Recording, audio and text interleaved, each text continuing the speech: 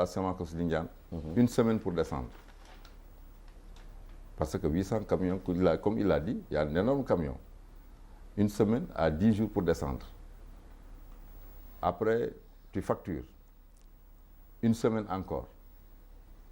Ça te fait 15 jours. Mais au moins, tu reçois ton argent. Mieux vaut tard que jamais. Wow, d'accord. Mais la campagne, c'est pour combien de temps?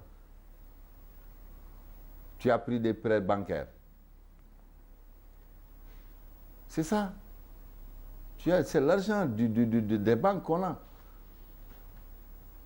Ce retard-là, c'est l'argent des banques. Un camion, un chargement, tu perds 20 jours.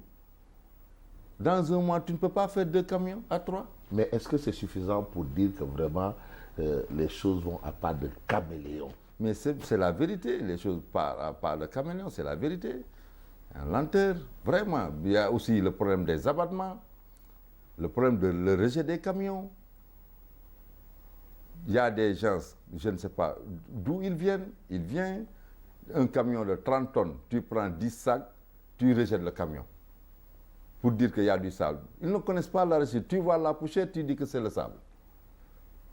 Ils ne connaissent pas parce que ce ne sont pas des paysans. Ils sont venus de Dakar et ailleurs. Mais bien sûr. À Dakar, il y a des gens qui connaissent bien l'arachide. Non, mais si tu descends, si tu fais verser un sac d'arachide, bien forcément il y a de la poussière. Mais est-ce qu'on a besoin d'être de Mbeléré ou bien d'autres ailleurs pour connaître l'arachide? Mais bien sûr. Bien sûr. Pour connaître l'arachide, il faut être paysan. Parce que l'arachide, on le pratique. Il ne suffit pas de manger de l'arachide pour connaître l'arachide. C'est ça le vrai problème. On a d'énormes problèmes. Le problème des abattements pose problème. Lenteur des paiements, le rejet des camions. Il y a tout ça. Le ministère du Commerce nous fouette. Si on te rejette, il vient, tu payes 200 000, 300 000 encore parce qu'on te dit tu as mis du sable dans le camion. Il y a tous ces problèmes-là. À la fin, l'opérateur est victime et pris en otage. C'est ça la vérité. L'opérateur qui perd. Si le camion, il y a du sable, on dit que c'est l'opérateur. Et or que l'opérateur, il ne fait qu'acheter. On ne peut pas acheter du sable. Comme le Sonacos ne veut pas du sable, il a des moyens peut-être, mais on n'a pas nous les moyens pour faire. Il n'y a pas beaucoup de criblage partout. Parce que les criblages sont insuffisants. C'est ça le problème. Mais comment est-ce qu'on en est arrivé à cette situation? Vous avez quand même le CENIA, le Comité national interprofessionnel de l'arachide qui est là. Vous avez des organisations paysannes qui sont là. Vous avez un gouvernement qui est là. Comment est-ce qu'on peut se retrouver dans cette situation-là? Parce que, Fabrice, qu'on le dise, il y a ces pratiques-là sont vétustes.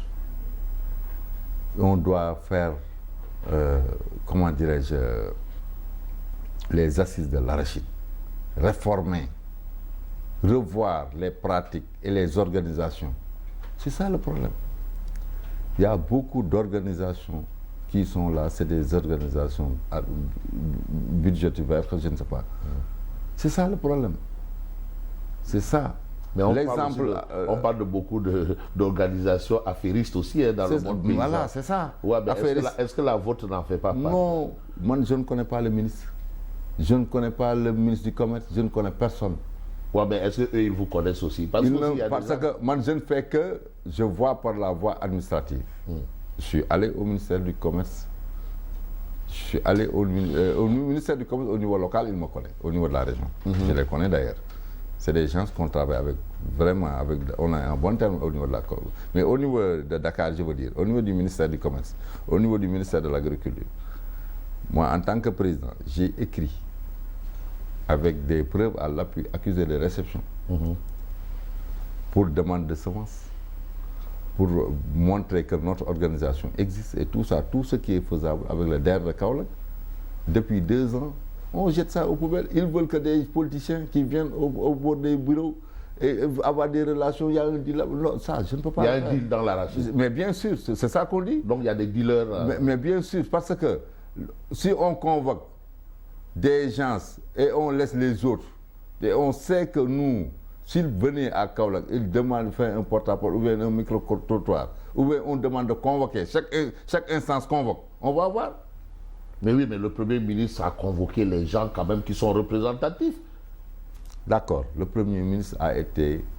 Oui, mais ceux qui ont parlé devant le Premier ministre, ce n'est pas quand même des gens qui viennent de Dakar. Non, il y a les gens qui ont parlé devant le Premier ministre. Il y a une partie. Il y a une partie de l'organisation paysanne qui ont parlé devant le Premier ministre. Ça, je le reconnais. Oui. Il y a ce qu'ils ont dit, ils ont posé les problèmes. Ils ont posé les problèmes.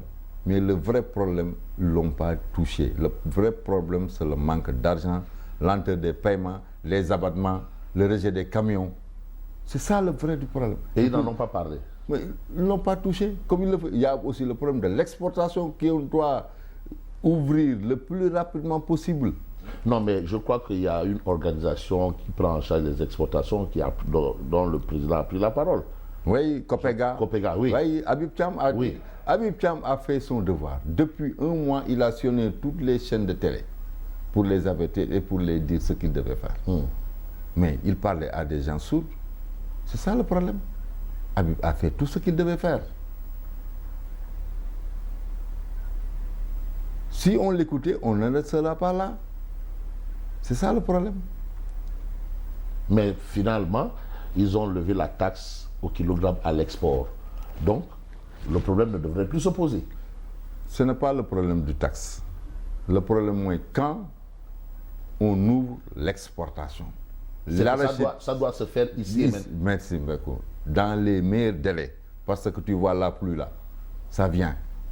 Hors saison. On doit ouvrir les frontières. L'arachide là, la Sonacos ne peut pas prendre toute l'arachide. C'est la vérité. Il n'a pas les capacités ni les moyens de prendre toute la production. Mais la production de l'année dernière, ce n'était pas petit. Et pourtant, ils ont géré toute la production. Ouais, il a acheté les 154 000 tonnes de l'année dernière. Oui. Mais la preuve? La preuve est là, il lui reste 50 000 tonnes. De l'année dernière? De l'année dernière qu'ils n'ont pas encore décortiqué ni pressé. C'est ça la vérité. Donc, partez à Kolda, partez à Ziguinchor, partez à Diourbel. L'arachide de l'année dernière est là.